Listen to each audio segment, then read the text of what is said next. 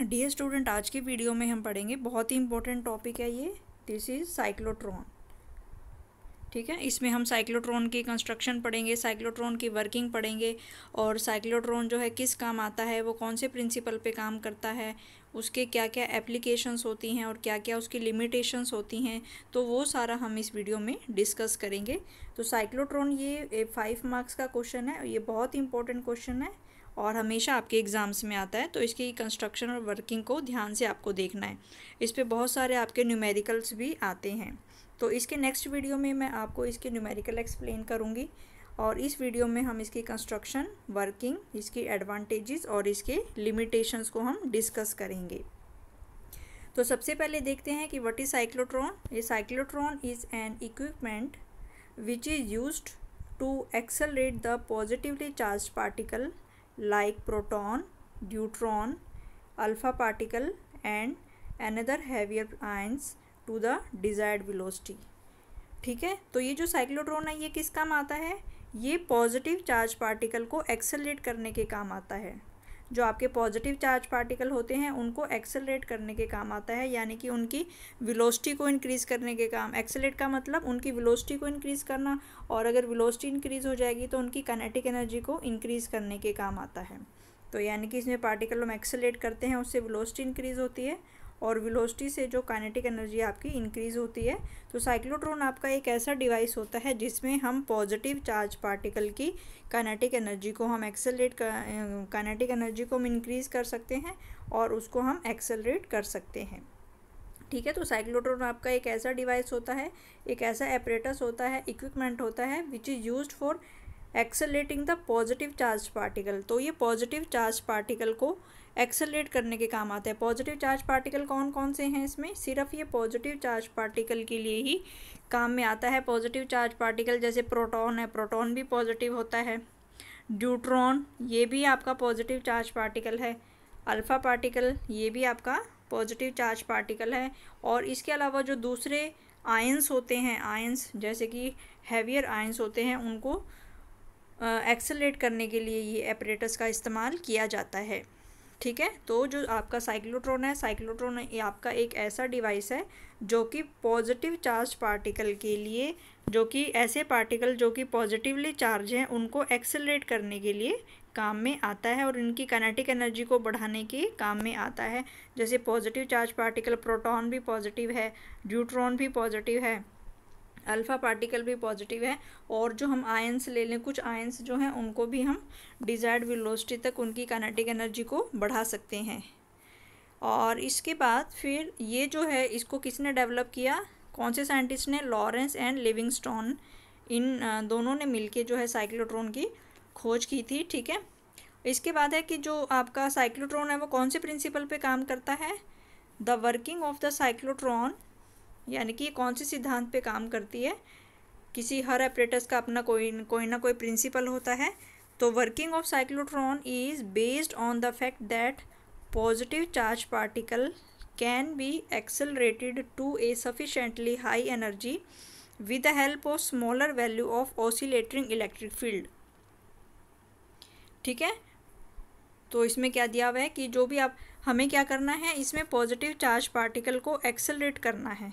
तो इसमें इसकी जो साइक्लोट्रॉन में है इसकी क्या प्रिंसिपल है कि जो आपका पॉजिटिव चार्ज पार्टिकल है उसको हम हाई एनर्जी तक एक्सेलरेट कर सकते हैं with the help of smaller value of oscillating electric field by making it to cross the same electric field again and again with the use of strong magnetic field.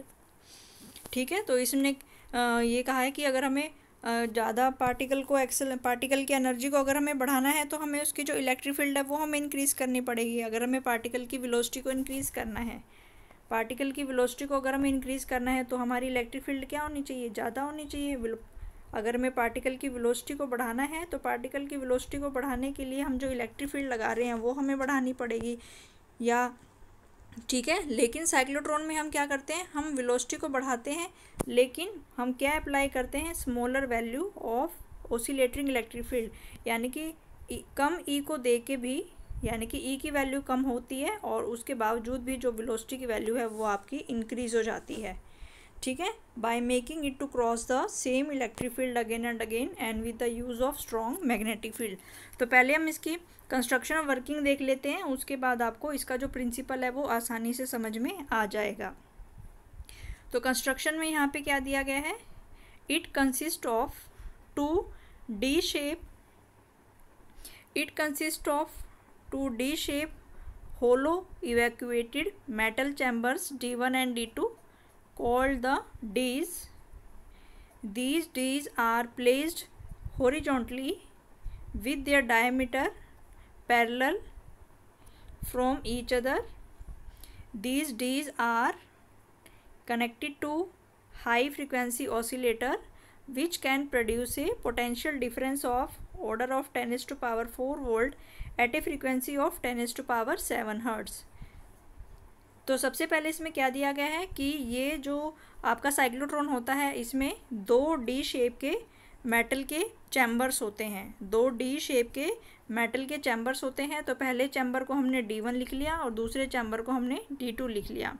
इनको हम डीज कहते हैं। इन डीज को हम एक दूसरे के पैरेलल रख देते हैं और इन डीज के बीच में थोड़ा सा गैप होता है और उस गैप में हम एक पोटेंशियल डिफरेंस को अप्लाई करें, एक हम हाई फ्रीक्वेंसी ऑसिलेटर को हम लगाते हैं और वो जो हाई फ्रीक्वेंसी ऑसिलेटर है वो क्या प्रोड्यूस करता है, वो एक पोटेंशियल डिफरेंस को प्रोड्यूस करता है और उस पोटेंशियल डिफरेंस की जो वैल्यू है वो 10⁴ वोल्ट होती है और वो कितनी फ्रीक्वेंसी देता है, 10⁻⁷ हर्ट्ज़ की फ्रीक्वेंसी देता है। These Ds are enclosed in an evacuated steel box। ये जो दोनों Ds हैं आपकी, ये एक स्टील बॉक्स के अंदर, जो evacuated स्टील बॉक्स है यानी कि वैक्यूम है उस स्टील बॉक्स के अंदर, उसके अंदर हमने इसको रखा हुआ है, ठीक है। And they are well insulated from each other. इसके बाद this box is placed in a strong magnetic field produced by 2 pole pieces NNS of strong electromagnet. उसके बाद ये जो आपकी डीज हैं इसको आप किस में रख देते हो, एक स्ट्रॉन्ग इलेक्ट्रोमैग्नेटिक में रख देते हो, मैग्नेटिक फील्ड में इसको रख देते हो। The magnetic field is perpendicular to the plane of dees and the ionic surface और the source of positively charge particle is at the centre P।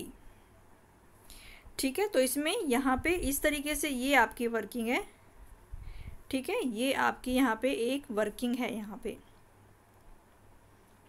ठीक है। तो अगर मैं यहाँ पे थोड़ा सा बताऊँ कि यहाँ पे क्या होता है, आपका एक मेटल का चैम्बर होता है, डी शेप में एक मेटल का चैम्बर होता है और यहाँ पे एक मेटल का चैम्बर डी शेप में होता है, यानी कि यहाँ पे 2 मेटल के चैम्बर हैं, ये डी शेप में होते हैं, ठीक है। किसी को भी आप D1 लिख सकते हो, किसी को भी आप D2 लिख सकते हो।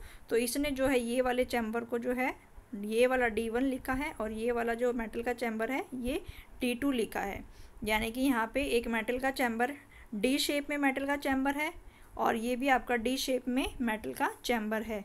इनके बीच में दोनों डीज के, ये दोनों आपने एक दूसरे के पैरेलल रखी हुई हैं, दोनों डीज जो हैं ये एक दूसरे के पैरेलल हैं और इनके बीच में गैप है और इनके बीच में जो गैप है उसको आपने हाई फ्रीक्वेंसी ऑसिलेटर के साथ में कनेक्ट किया है। ये जो डीज हैं इनके बीच में आपने एक ऑसिलेटर लगा दिया है, ठीक है। और ऑसिलेटर क्या काम करता है, ऑसिलेटर आपकी ऑसिलेटिंग इलेक्ट्रिक फील्ड को प्रोड्यूस करता है।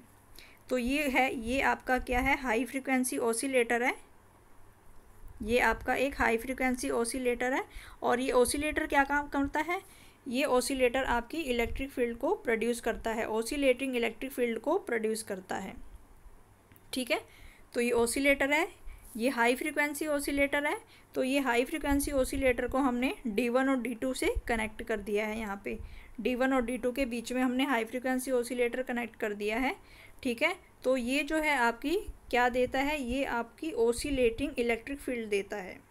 ऑसिलेटर हमें क्या देता है, oscillating electric field, oscillating electric field ये हमें देता है,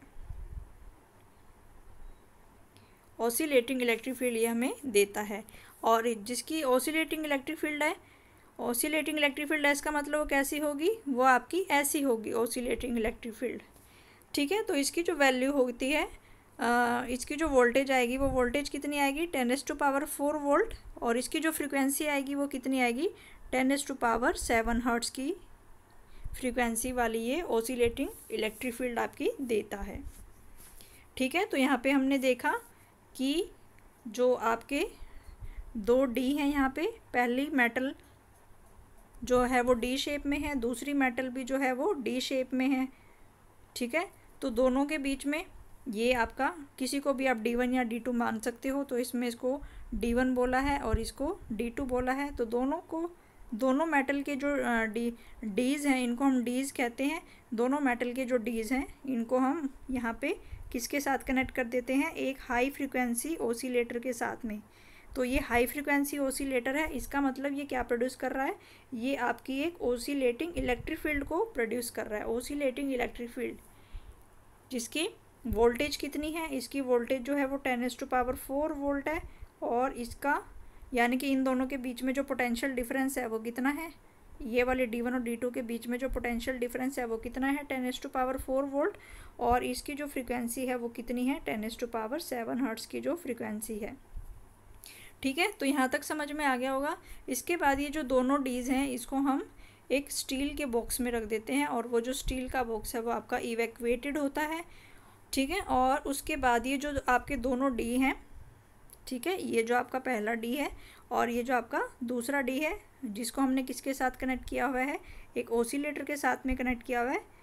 तो उसके बाद हम यहाँ पे इसको किस में रख देते हैं, एक मैग्नेट के अंदर रख देते हैं। मान लो ये मैग्नेट का नॉर्थ पोल है, ये मैग्नेट का साउथ पोल है।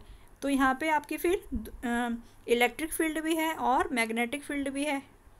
ठीक है, तो ये जो ओसिलेटर है, ये ओसिलेटर क्या प्रोड्यूस करता है, ये ओसिलेटर जो है ये इलेक्ट्रिक फील्ड को प्रोड्यूस करता है। और ये जो आपके हमने तो जो आपका ओसिलेटर है, तो ये जो आपका ओसिलेटर है ये क्या प्रोड्यूस करेगा, ये आपकी इलेक्ट्रिक फील्ड को प्रोड्यूस करेगा। तो ये आपकी इलेक्ट्रिक फील्ड को प्रोड्यूस करेगा। और ये जो हमने इलेक्ट्रोमैग्नेट लगाए हैं, इलेक्ट्रोमैग्नेट ये हम क्या प्रोड्यूस करेंगे, इलेक्ट्रोमैग्नेट जो है ये मैग्नेटिक फील्ड को प्रोड्यूस करेंगे। ठीक है, तो समझ में आ गया होगा कि दो मेटल की डीज होती हैं, डी शेप के दो मेटल होते हैं, उनको हमने एक दूसरे के पैरेलल रखा हुआ है, और दोनों मेटल के जो डी हैं उनके बीच में गैप होता है। उस गैप को हमने एक ओसिलेटर के साथ में कनेक्ट किया हुआ है। हाई फ्रिक्वेंसी ओसिलेटर जो है, हाई फ्रिक्वेंसी ओसिलेटर जो है वो ओसिलेटिंग इलेक्ट्रिक फील्ड आपको देता है। जैसे आपकी एसी करंट को हम बनाते हैं, एसी वोल्टेज, जैसे आपकी एसी वोल्टेज होती है इस तरीके से, तो जो आपकी इलेक्ट्रिक फील्ड है वो भी आपकी ओसिलेटिंग इलेक्ट्रिक फील्ड है। ठीक है, तो इस तरीके से, और दो इलेक्ट्रोमैग्नेट हमने लगाए हुए हैं, और तो जो इलेक्ट्रोमैग्नेट हैं वो मैग्नेटिक फील्ड को प्रोड्यूस कर रहे हैं, और जो ओसिलेटर है वो इलेक्ट्रिक फील्ड को प्रोड्यूस कर रहा है। तो हमने जो है इन दोनों का अरेंजमेंट इस तरीके से किया है कि जो इलेक्ट्रिक फील्ड की डायरेक्शन है और जो मैग्नेटिक फील्ड की डायरेक्शन है वो दोनों क्या हैं, एक दूसरे के परपेंडिकुलर होती हैं। वो क्या होंगी, एक दूसरे के परपेंडिकुलर होंगी। इस तरीके से हम इनके अरेंजमेंट को करते हैं। तो यहाँ पे ये कंस्ट्रक्शन हो गई आपकी। ठीक है, तो ये दोनों डीज है।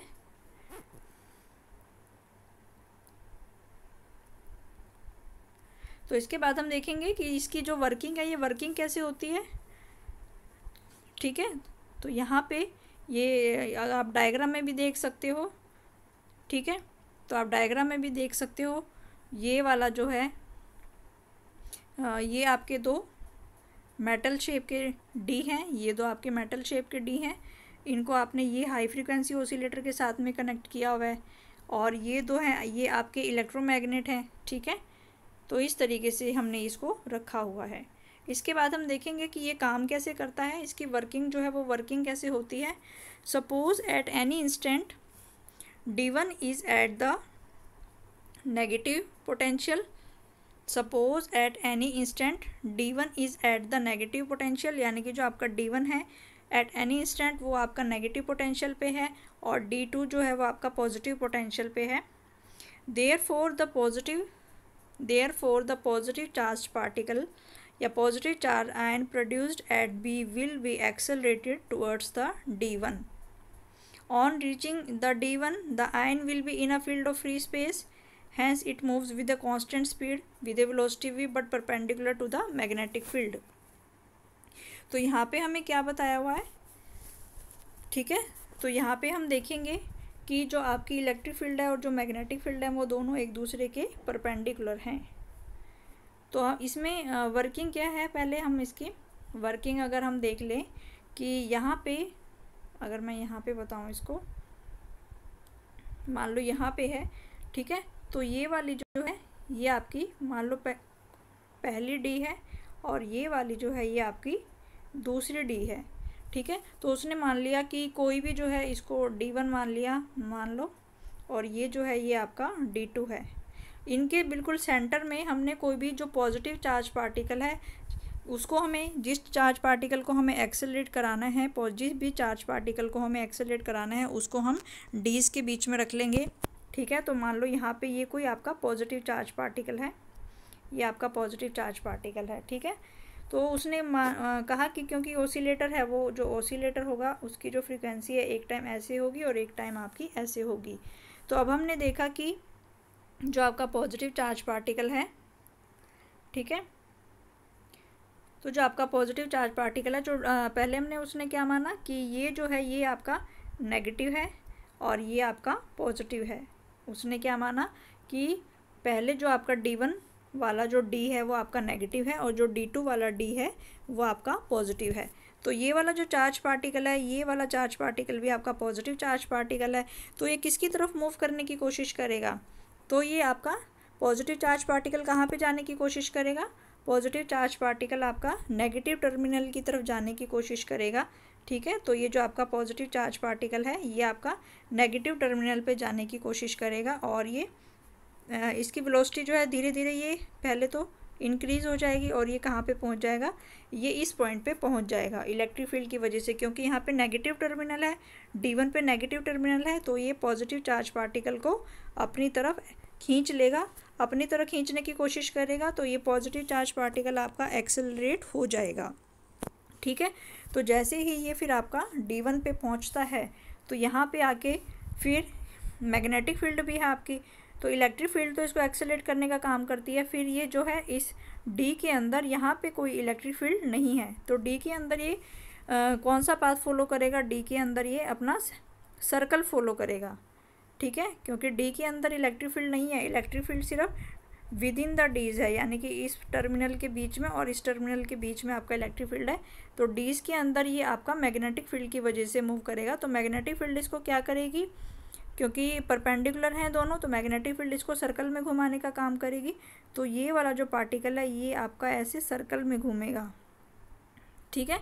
तो सर्कल में घूमने के लिए मान लो इसने कितना टाइम लिया, तो इसने कितना टाइम लिया, मान लो D1 में घूमने के लिए इसने कितने टाइम में ये आ गया है, ये यहाँ पे आ गया आपका, ठीक है। इसके बाद जैसे ही ये यहाँ पे पहुँचता है, जैसे ही आपका D1 पे पहुँचता है, जैसे ही आपका इस पॉइंट पे पहुँचता है, ठीक है, तो जो आपका पोलैरिटी है वो पोलैरिटी आपकी चेंज हो जाती है, वो पोलैरिटी आपकी चेंज हो जाती है। तो पहले जो थी ये D1 था, ये था नेगेटिव था, तो D1 जो है वो क्या हो जाएगा आपका पॉजिटिव हो जाएगा और D2 जो है वो आपका नेगेटिव हो जाएगा, ठीक है। तो अब यहाँ पे D2 जो है वो नेगेटिव है, तो ये नेगेटिव वाला जो D2 है ये पॉजिटिव चार्ज पार्टिकल को अपनी तरफ एक्सेलरेट करने की कोशिश करेगा। तो ये जो नेगेटिव चार्ज वाला पार्टिकल है ये धीरे धीरे आपका इलेक्ट्रिक फील्ड के अंदर भी यहाँ पे पहुँच जाएगा और जैसे जैसे यहाँ से यहाँ पे गया तो इसकी वेलोसिटी भी इंक्रीज़ हो जाएगी, ठीक है। और वेलोसिटी इंक्रीज़ हो जाएगी तो जैसे ये D2 के अंदर पहुँचेगा फिर ये क्या सर्कल में ऑपरेट करेगा, तो यहाँ पे ये सर्कल डिस्क्राइब करेगा और इस तरीके से ये आपका सर्कल में आएगा। तो यहाँ से यहाँ तक आने में फिर ये कितना टाइम लेगा, ये T टाइम लेगा और जैसे ही ये T टाइम में यहाँ पे पहुँचेगा फिर आपकी पोलैरिटी जो है वो चेंज हो जाएगी। वो पोलैरिटी क्या हो जाएगी, D1 जो है वो प्लस हो जाएगा और D2 जो है वो माइनस हो जाएगा।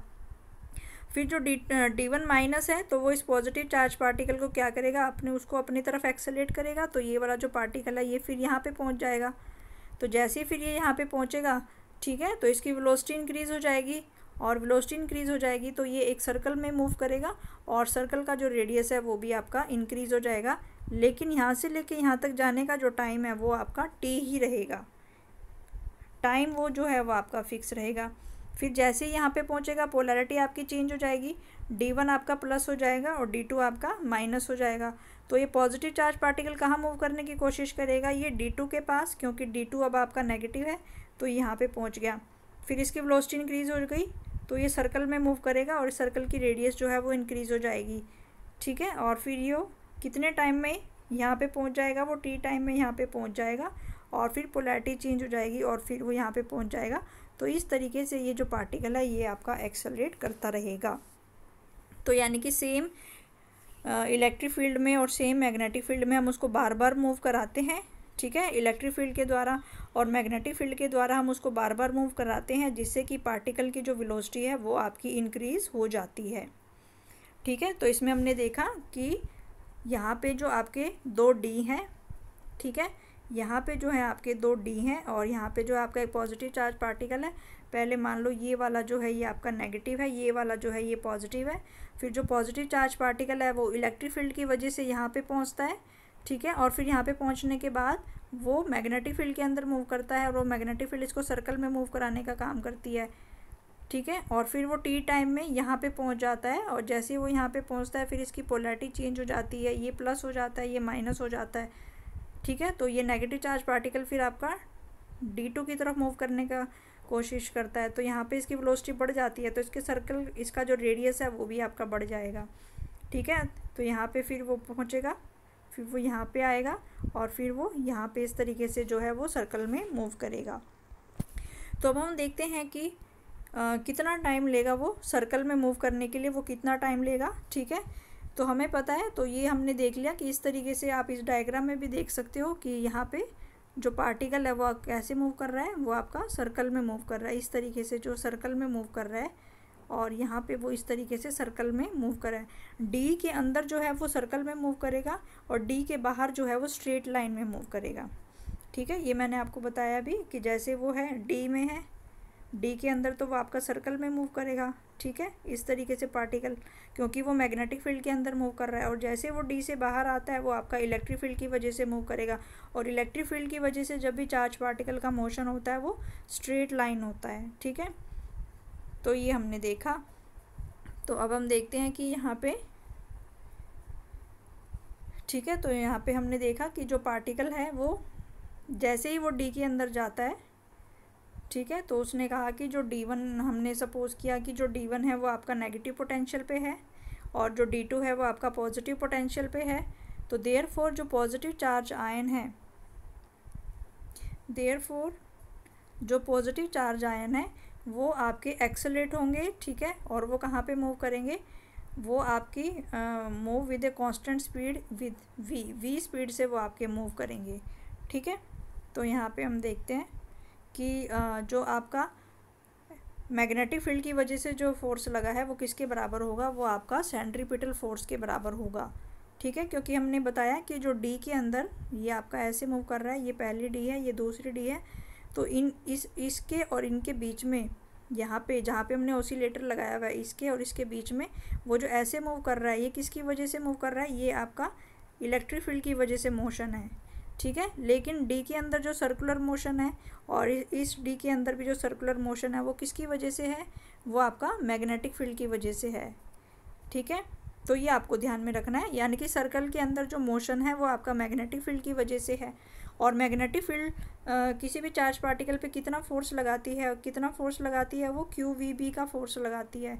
और वो QVB क्योंकि वो सर्कल में मूव कर रहा है तो सर्कल में मूव कराने के लिए हमें सेंट्रीपिटल फोर्स चाहिए, तो वो किसके बराबर हो जाएगा, mv²/r के बराबर हो जाएगा, ठीक है। तो यहाँ से v से v कैंसिल हो गया, तो हम किसकी वैल्यू निकाल सकते हैं, यहाँ से v की जो वैल्यू आएगी, यानी कि पार्टिकल की जो वेलोसिटी की वैल्यू आएगी वो आएगी आपकी QR/mv, QR/QB, ठीक है। तो आप इसकी वैल्यू को निकाल सकते हो यहाँ से।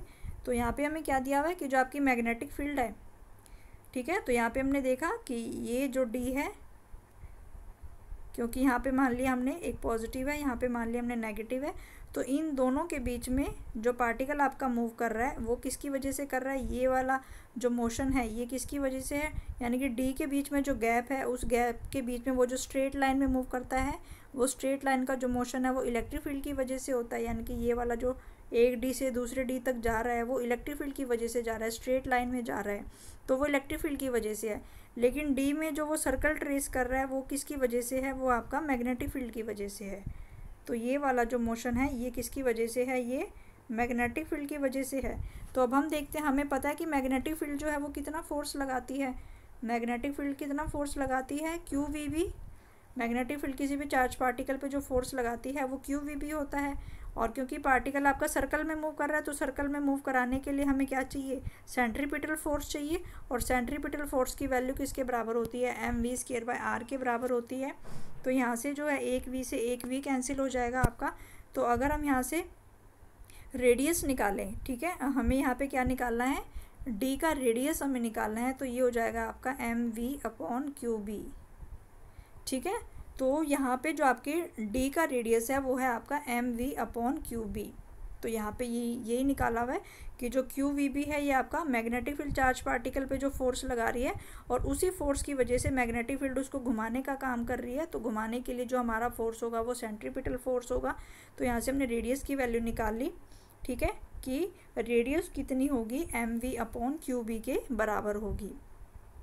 इसके बाद है टाइम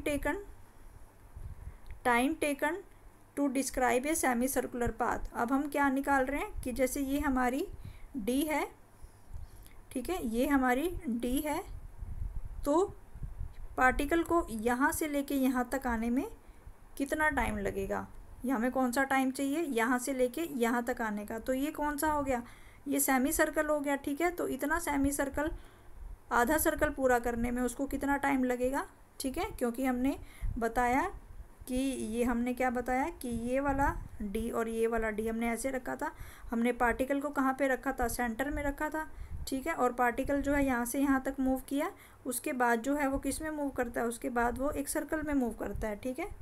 तो उसके बाद जो है ये D के अंदर एक सर्कल में मूव करता है ऐसे। तो सर्कल में आधा सर्कल है ये, ठीक है। तो आधे सर्कल को मूव करने के लिए कितना टाइम चाहिए, तो वो हम निकाल सकते हैं टाइम की वैल्यू। तो टाइम की वैल्यू को हम निकाल सकते हैं। तो वेलोसिटी किसके बराबर होती है आपकी, velocity is equal to distance upon time. तो हमें टाइम की वैल्यू निकालनी है, तो टाइम किसके बराबर होगा, time will be equal to distance upon velocity. तो यानी कि ये जो सेमी सर्कल है, इस सेमी सर्कल का जो रेडियस होगा, इस सेमी सर्कल का जो डिस्टेंस है यहाँ से लेके यहाँ तक, वो इसके हाफ ऑफ द पेरीमीटर के बराबर होगा, ठीक है। तो सर्कल का जो होता है वो 2πr होता है, सर्कल का जो पेरीमीटर होता है वो 2πr के बराबर होता है। लेकिन यहाँ पे कितना हो जाएगा, वो हाफ सेमी सर्कल है तो वो πr के बराबर हो जाएगा डिवाइडेड बाय v। तो v की वैल्यू जो हम इसमें पुट कर देंगे, ठीक है। तो टाइम की वैल्यू हो गई आपकी πr/v, ठीक है, क्योंकि आपको पता है t जो है वो d/v के बराबर होगा। और सेमी सर्कल है तो सेमी सर्कल के केस में इस तरीके का जो सेमी सर्कल है वो उसके हाफ ऑफ द पेरीमीटर के बराबर डिस्टेंस आएगा। तो ये हो जाएगा आपका πr/v। तो यहाँ पे हम r की वैल्यू पुट कर देंगे। r की वैल्यू क्या है हमारे पास, mv/qb। तो टाइम की वैल्यू में यहाँ पे हम r की वैल्यू पुट कर देंगे। तो इसको सोल्व करके आएगा हमारे पास, ये क्या आएगा सोल्व करके, जो टाइम की वैल्यू आएगी वो आएगी हमारे पास π/b × q/m, ये इसके बराबर आएगी, ठीक है। तो यहाँ पे हम देख रहे हैं कि जो पाई है ये भी कांस्टेंट है, जो मैग्नेटिक फील्ड हमने लगाई है वो भी कांस्टेंट है। और q/m क्या है, q/m है, q जो है वो चार्ज पार्टिकल का चार्ज है और डिवाइड बाय m यानी कि ये उसका मास है। तो चार्ज पार्टिकल का चार्ज भी कांस्टेंट होता है, उसका मास भी कांस्टेंट होता है। तो इसका मतलब ये जो टाइम है ये आपका कांस्टेंट होगा, ठीक है, यानी कि d के अंदर, ठीक है। तो इसका मतलब क्या है कि D के अंदर जो पार्टिकल का टाइम है वो कांस्टेंट है। तो पहले टाइम में उसने जो है छोटा सर्कल ट्रेस किया, यानी कि उसका टाइम भी उतना ही होगा। मान लो टाइम कितना है यहाँ पे 2 सेकंड। तो यानी कि पहला जो चार्ज पार्टिकल है उसने क्या किया, उसने छोटा सर्कल बनाया। तो छोटा सर्कल वो कितने टाइम में ट्रेस करेगा, वो आपका 2 सेकंड में ट्रेस करेगा, ठीक है। और इसके बाद जो है वो, इसके बाद मान लो वो इस वाले में भी क्या करेगा, इस वाले में भी वो सर्कल को ट्रेस करेगा, ठीक है। तो इसमें भी वो फिर मान लो छोटा सर्कल ट्रेस किया, वो भी कितने सेकंड में करेगा, वो भी आपका 2 सेकंड में करेगा। उसके बाद जो है यहाँ पे पोलैरिटी चेंज हो जाती है, पार्टिकल की वेलोसिटी इंक्रीज़ हो जाती है। तो पार्टिकल की वेलोसिटी इंक्रीज़ होने से जो सर्कल की रेडियस है वो भी आपकी बढ़ जाती है, लेकिन यहाँ से लेके यहाँ तक आने का जो टाइम है, वेलोसिटी बढ़ जाती है, रेडियस भी बढ़ जाता है, लेकिन जो टाइम है वो कितना होगा, टाइम जो है वो आपका 2 सेकंड ही होगा। यानी कि यहाँ से लेके यहाँ तक आने में जो टाइम लगेगा वो भी कितना लगेगा, वो भी 2 सेकंड लगेगा। फिर जब वो पार्टिकल यहाँ से यहाँ जाएगा उसका रेडियस भी आपका इंक्रीज़ हो जाएगा, क्योंकि वेलोसिटी बढ़ गई है। तो यहाँ से लेके यहाँ तक आने में उसको जो बड़ा सर्कल है रेडियस वाला, उसको भी कितना टाइम लगेगा, वो 2 सेकंड का टाइम लगेगा। फिर वो पार्टिकल आपका यहाँ से यहाँ पहुँचता है, फिर वो वेलोसिटी इंक्रीज़ हो जाती है, वेलोसिटी इंक्रीज़ होगी तो जो सर्कल का रेडियस है वो भी इंक्रीज़ हो जाएगा। तो उसके बाद जो आपका बड़े सर्कल में जो पार्टिकल मूव करेगा, लेकिन बड़े सर्कल में मूव करने के बावजूद भी उसको यहाँ से लेके यहाँ तक आने में जो टाइम लगेगा वो कितना होगा, 2 सेकंड होगा। ठीक है, तो इसका मतलब कि भले ही पार्टिकल की वेलोसिटी इंक्रीज़ हो रही है, पहले वो छोटे सर्कल में आने के लिए, यहाँ से लेके यहाँ तक आने के लिए, तो छोटे सर्कल में यहाँ से लेके यहाँ तक आने में भी उसको 2 सेकंड लगे, फिर बड़े सर्कल में मूव करने के लिए यहाँ से लेके यहाँ तक भी उसको 2 सेकंड लगे, और फिर इससे बड़े सर्कल में यहाँ से लेके यहाँ तक मूव करने में भी उसको 2 सेकंड लगे। यानी कि पार्टिकल का जो सर्कल में मूव करने का जो टाइम है वो टाइम आपका क्या है, वो टाइम आपका कांस्टेंट है, क्योंकि यहाँ से टाइम की वैल्यू आपकी क्या आ रही है, एक कांस्टेंट आ रही है, क्योंकि फॉर्मूले में पाई है, पाई कांस्टेंट है, बी है, मैग्नेटिक फील्ड भी कांस्टेंट है, और पार्टिकल का जो चार्ज है वो भी कांस्टेंट है, और उसका जो मास है वो भी आपका कांस्टेंट है। ठीक है, तो भले ही पार्टिकल की वेलोसिटी इंक्रीज़ हो रही है, उसका वेलोसिटी इंक्रीज़ हो रही है तो उसकी जो है रेडियस भी इंक्रीज़ होगी, लेकिन रेडियस इंक्रीज़ होने से उसका जो टाइम है सर्कल में ट्रेस करने का जो टाइम है वो आपका कांस्टेंट रहेगा। ठीक है, तो फिर इसने यहाँ पे यही बताया गया है, this time is independent of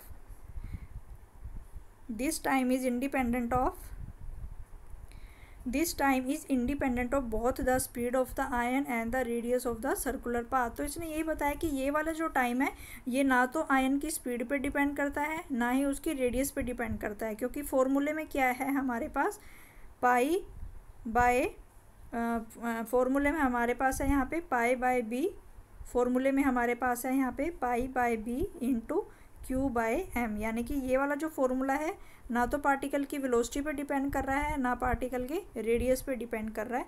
तो वो सभी के लिए, चाहे पार्टिकल की वेलोसिटी कम है, चाहे पार्टिकल की वेलोसिटी ज़्यादा है, चाहे सर्कल की रेडियस कम है, चाहे सर्कल की रेडियस ज़्यादा है, तो सभी के लिए जो टाइम होगा वो क्या होगा, कांस्टेंट होगा।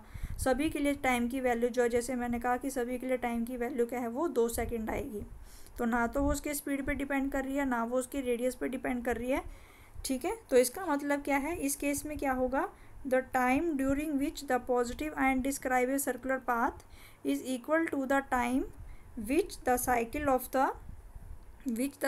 Of the electronic oscillator is completed. As the ion arrives in the gap between the two Ds, the polarity of the two Ds is reversed, that is the D1 becomes the positive and D2 becomes the negative. The positive ion is accelerated towards the D2 and it enters the D2 with the greater speed with the remain constant D2. The ion will describe a semicircular path. तो ion जो है वो एक semi-circular path को describe करेगा, greater radius and again in the gap between the 2D exactly the same instant. ठीक है, तो इसमें यही बताया गया है कि जैसे मैंने आपको बताया था अभी यहाँ पे, ठीक है, कि यहाँ पे आपका मान लो ये वाला D है और एक ये वाला D है।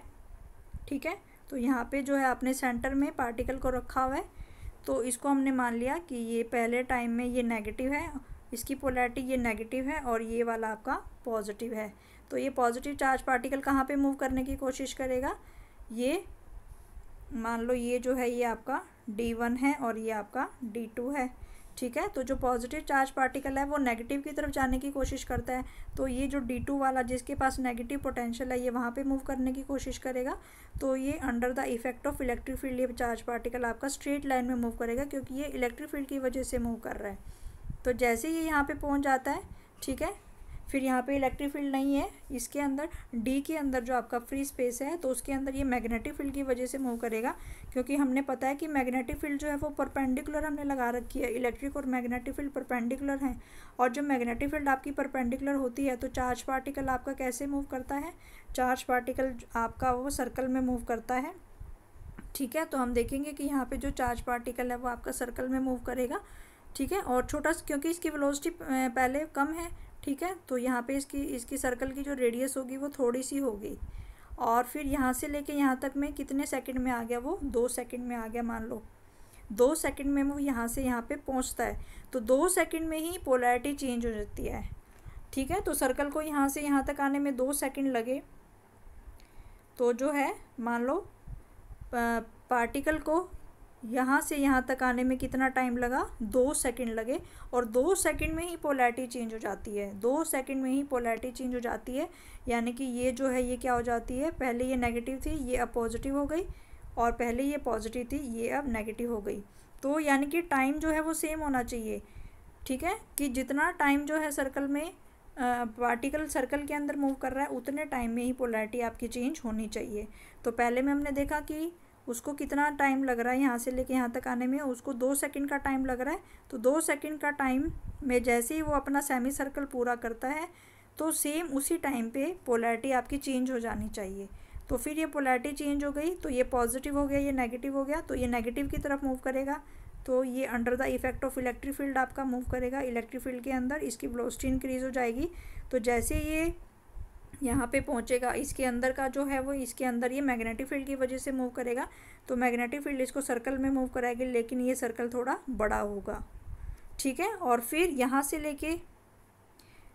लेके यहाँ तक आने में, यहाँ से लेके यहाँ तक आने का जो टाइम होगा वो भी कितना होगा, 2 सेकंड होगा। तो जैसे ही 2 सेकंड में पार्टिकल आपका यहाँ पहुँचता है, तो 2 सेकंड के बाद, तो जितना टाइम इसको यहाँ से लेके यहाँ तक आने में लगा, 2 सेकंड के बाद फिर इसकी जो पोलैरिटी है वो आपकी चेंज हो जाएगी, डी की पोलैरिटी आपकी चेंज हो जाएगी, यानी कि ये नेगेटिव बन जाएगा और ये आपका पॉजिटिव बन जाएगा। ठीक है, तो अब जो ये ये नेगेटिव था तो ये आपका, ठीक है, तो ये आपका क्या बन जाएगा 2 सेकंड के बाद, तो पहले ये नेगेटिव था, ठीक है, तो ये नेगेटिव था, अब ये क्या हो जाएगा, ये पॉजिटिव हो जाएगा और ये नेगेटिव हो जाएगा। तो ये जो चार्ज पार्टिकल है ये नेगेटिव की तरफ मूव करने की कोशिश करेगा, तो ये under the effect of electric field straight line में मूव करेगा, लेकिन डी के अंदर जो है ये सर्कल में मूव करेगा, क्योंकि इसकी वेलोसिटी ज़्यादा है तो ये ज़्यादा रेडियस का पाथ फॉलो करेगा, लेकिन फिर भी इसका टाइम जो है वो 2 सेकंड ही रहेगा। तो जैसे ही ये 2 सेकंड में अपना ये वाला सेमी सर्कल पूरा करके आएगा, तो तुरंत 2 सेकंड के बाद पोलैरिटी फिर से चेंज हो जाएगी। ये पोलैरिटी क्या हो जाएगी, पहले ये नेगेटिव था अब ये पॉजिटिव हो जाएगा और ये वाला नेगेटिव हो जाएगा। तो फिर ये जो चार्ज पार्टिकल है ये अपना इधर मूव करने की कोशिश करेगा। ठीक है, उसके बाद फिर ये वेलोसिटी इसकी बढ़ जाएगी, तो इसका सर्कल का जो रेडियस है वो बढ़ जाएगा। ठीक है, फिर इसको यहाँ से लेके यहाँ तक ये वाला अपना सेमी सर्कल पूरा करने में कितना सेकंड लगेगा, 2 सेकंड लगेंगे, और जैसे ही 2 सेकंड में अपना ये सेमी सर्कल पूरा करता है तो इसकी पोलैरिटी चेंज हो जाती है। पहले इसकी नेगेटिव थी, अब ये क्या हो जाएगा, अब ये पॉजिटिव हो जाएगा। तो पहले ये यहाँ पे पॉजिटिव था, अब ये क्या हो जाएगा, ये नेगेटिव हो जाएगा। तो इस तरीके से फिर ये ऐसे मूव करेगा, और फिर इस तरीके से ये अपना ये वाला चक्कर 2 सेकंड में जैसे ही पूरा करेगा फिर इसकी पोलैरिटी चेंज हो जाएगी हर 2 सेकंड के बाद में। तो यहाँ पे हमने देखा कि इनका टाइम मैच होना चाहिए, जितना टाइम सर्कल के अंदर पार्टिकल को मूव करने में लग रहा है उतना ही टाइम किसका होना चाहिए, पोलैरिटी चेंज होने का टाइम होना चाहिए। तो ये इसमें बताया गया है, ठीक है, कि जितना टाइम जो है सर्कल को पार्टिकल को सर्कल के अंदर मूव करने में लग रहा है उतने ही टाइम में जो पोलैरिटी है वो आपकी चेंज होनी चाहिए। ठीक है,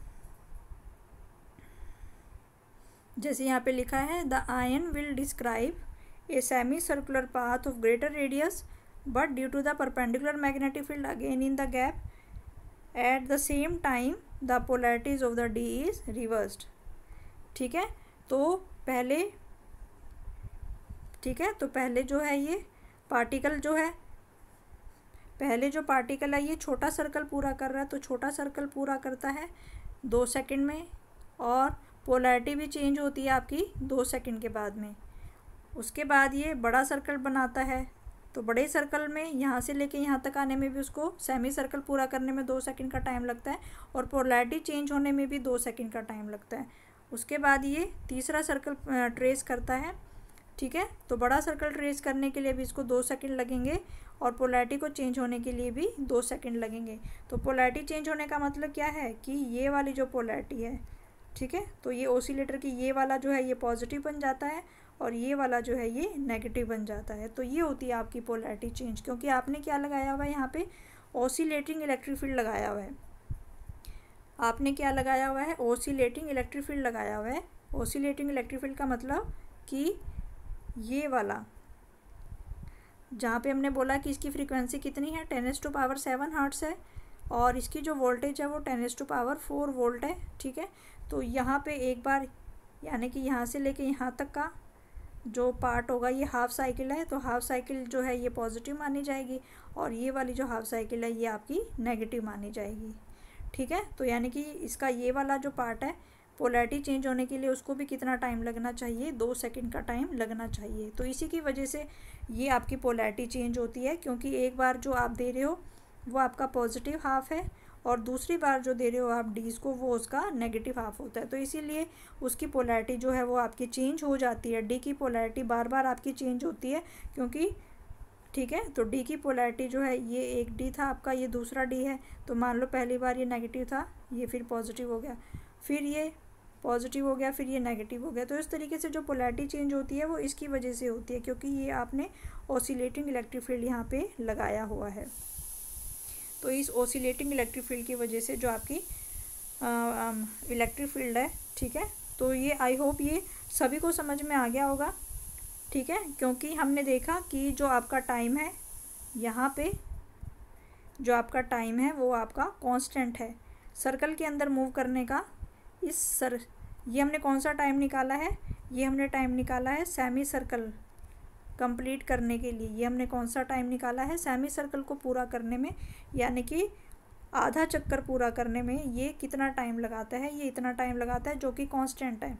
ना ये पार्टिकल की स्पीड पे डिपेंड करता है, ना ये उसके रेडियस पे डिपेंड करता है, और सभी के लिए जो ये है सेम होनी चाहिए, ठीक है। तो ये हमने इम्पोर्टेंट बात पढ़ी। और दूसरी इम्पोर्टेंट बात हमने इसमें पढ़ी कि जो टाइम है वो सेम होना चाहिए, यानी कि पोलैरिटी चेंज होने का जो टाइम है, जो आपकी डी की पोलैरिटी चेंज होने का जो टाइम है, और जो सेमी सर्कल और जो आपका सेमी सर्कल कंप्लीट करने का जो टाइम है, वो दोनों का क्या होना चाहिए, सेम होना चाहिए। तभी जो है पार्टिकल आपका मूव करेगा, ठीक है। कि अगर पोलैरिटी आपकी डी की जो पोलैरिटी है उसको चेंज होने का जो टाइम है वो आपका 2 सेकंड है, और पार्टिकल जो है सेमी सर्कल को मूव कर रहा है वो भी अगर 2 सेकंड में कर रहा है, तो आपका जो है पार्टिकल की वेलोसिटी को भी हम इंक्रीज़ कर सकते हैं, और उसको हम उसकी काइनेटिक एनर्जी को भी हम इंक्रीज़ कर सकते हैं। अब हम यहाँ पे देखेंगे कि पार्टिकल की जो मैक्सिमम काइनेटिक एनर्जी है उसको हम कितना इंक्रीज़ कर सकते हैं,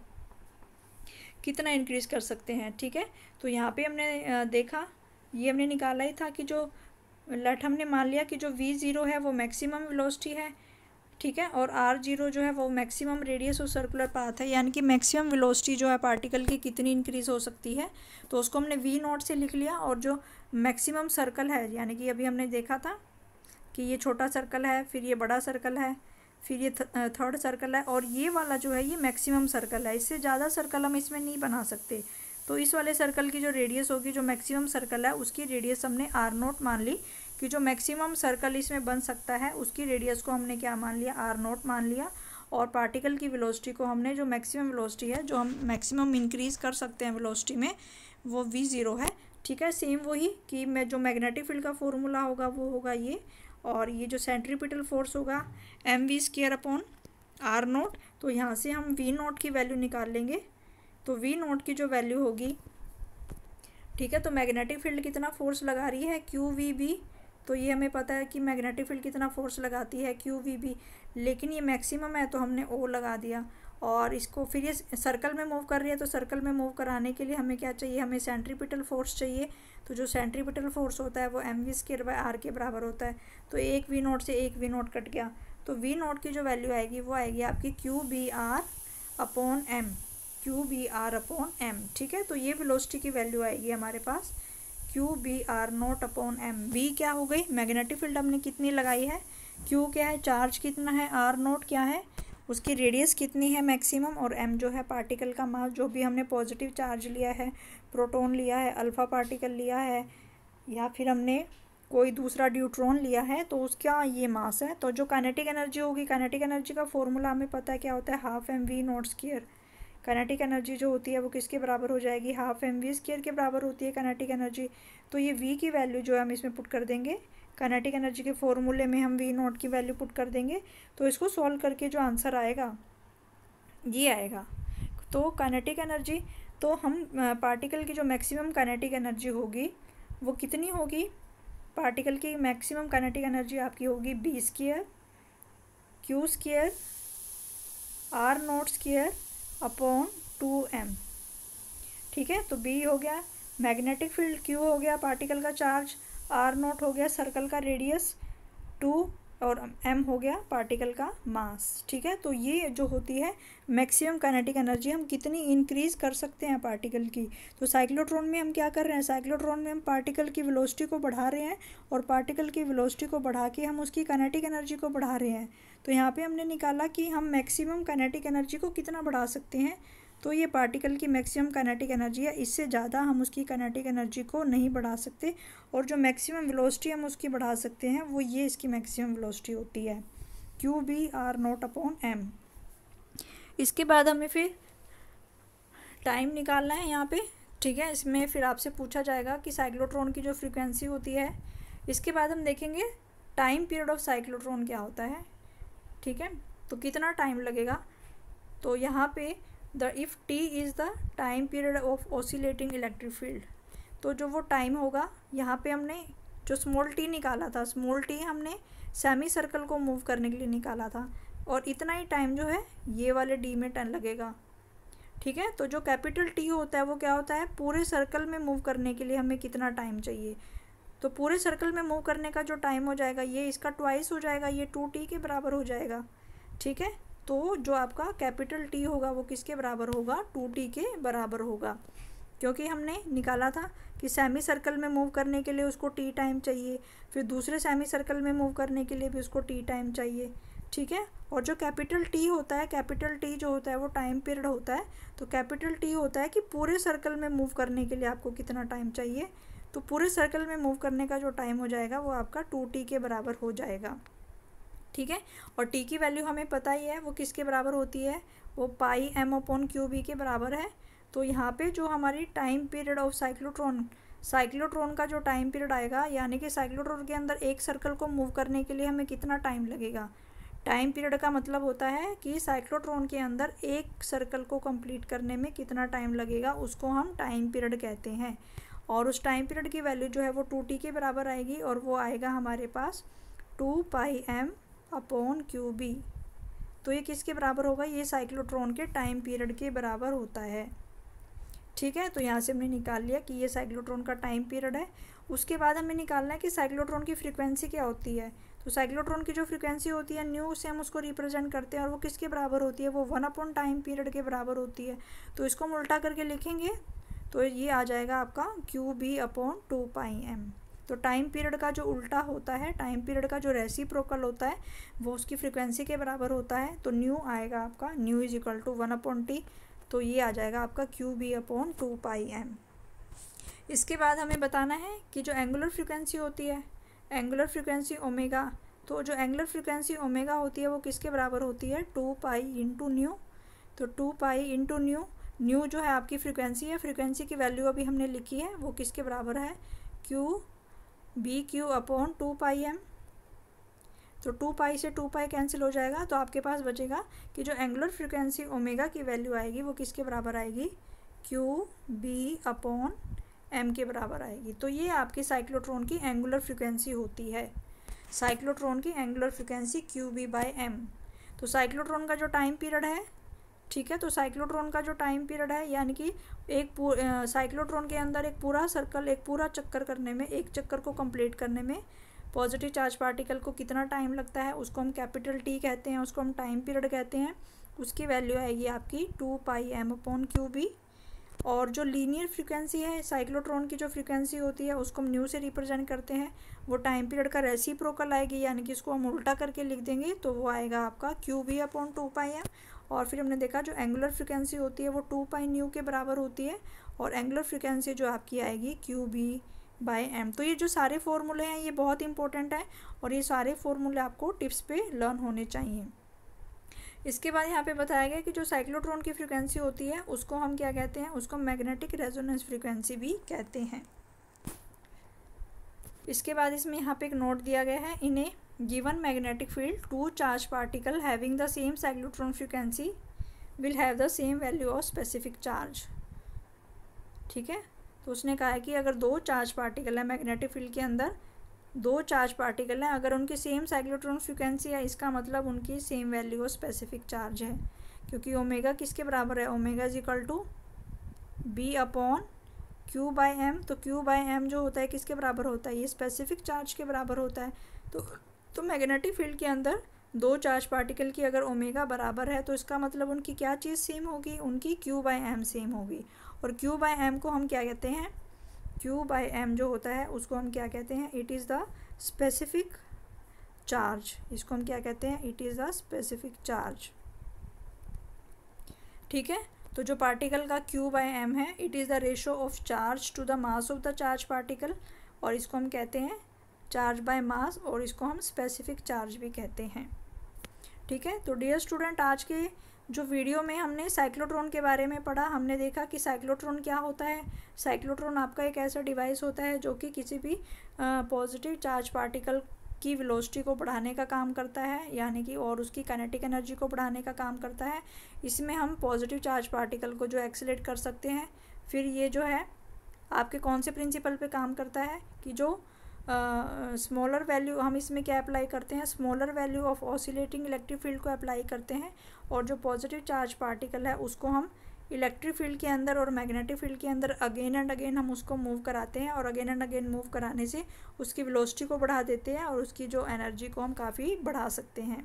इसके बाद हमने इसकी कंस्ट्रक्शन देखी कि इसमें 2 डीज होते हैं। इस तरीके से हमने कंस्ट्रक्शन देखी कि इसके अंदर जो 2 डीज होते हैं दोनों के बीच में हमारी हाई फ्रीक्वेंसी ओसिलेटर होता है, और ये हमारा दोनों डीज होते हैं, इसको हमने इलेक्ट्रोमैग्नेट के अंदर रखा होता है। इलेक्ट्रिक और मैग्नेटिक फील्ड जो है वो परपेंडिकुलर होती हैं।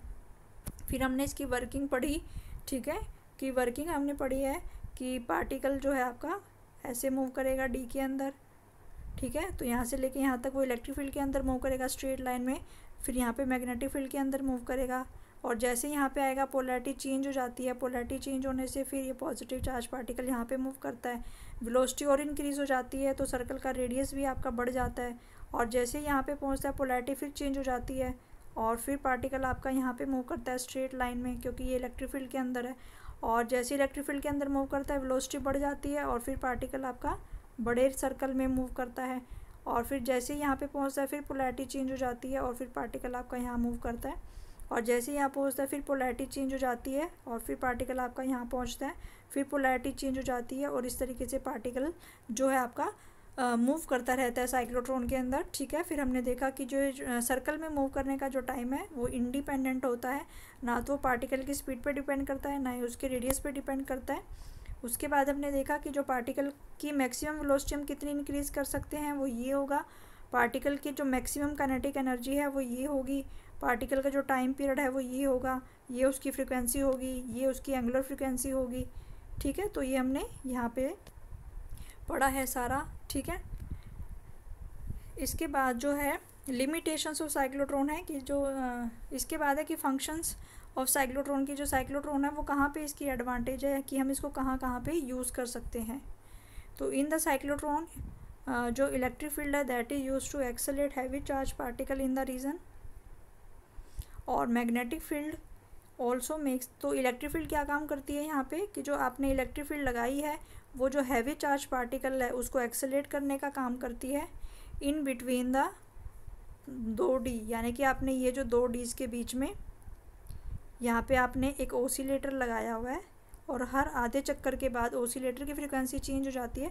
तो ये जो इलेक्ट्रिक फील्ड लगाई है, यानी कि मान लो यहाँ पे पॉजिटिव है या यहाँ पे नेगेटिव है, तो ये पॉजिटिव चार्ज पार्टिकल को क्या करती है, एक्सेलरेट करने का काम करती है। तो ये जो डी के बीच में ये गैप है, डी के बीच में ये जो गैप होता है, वहाँ पे उस गैप के बीच में इलेक्ट्रिक फील्ड क्या करती है, उस पॉजिटिव चार्ज पार्टिकल को एक्सेलरेट करने का काम करती है। डी के बीच में ये जो गैप है, वहाँ पे जहाँ पे हमने इलेक्ट्रिक फील्ड ऑसिलेटर को कनेक्ट किया हुआ है, तो डीज के बीच में जो गैप है, उस गैप में इलेक्ट्रिक फील्ड पार्टिकल को एक्सेलरेट करने का काम करती है।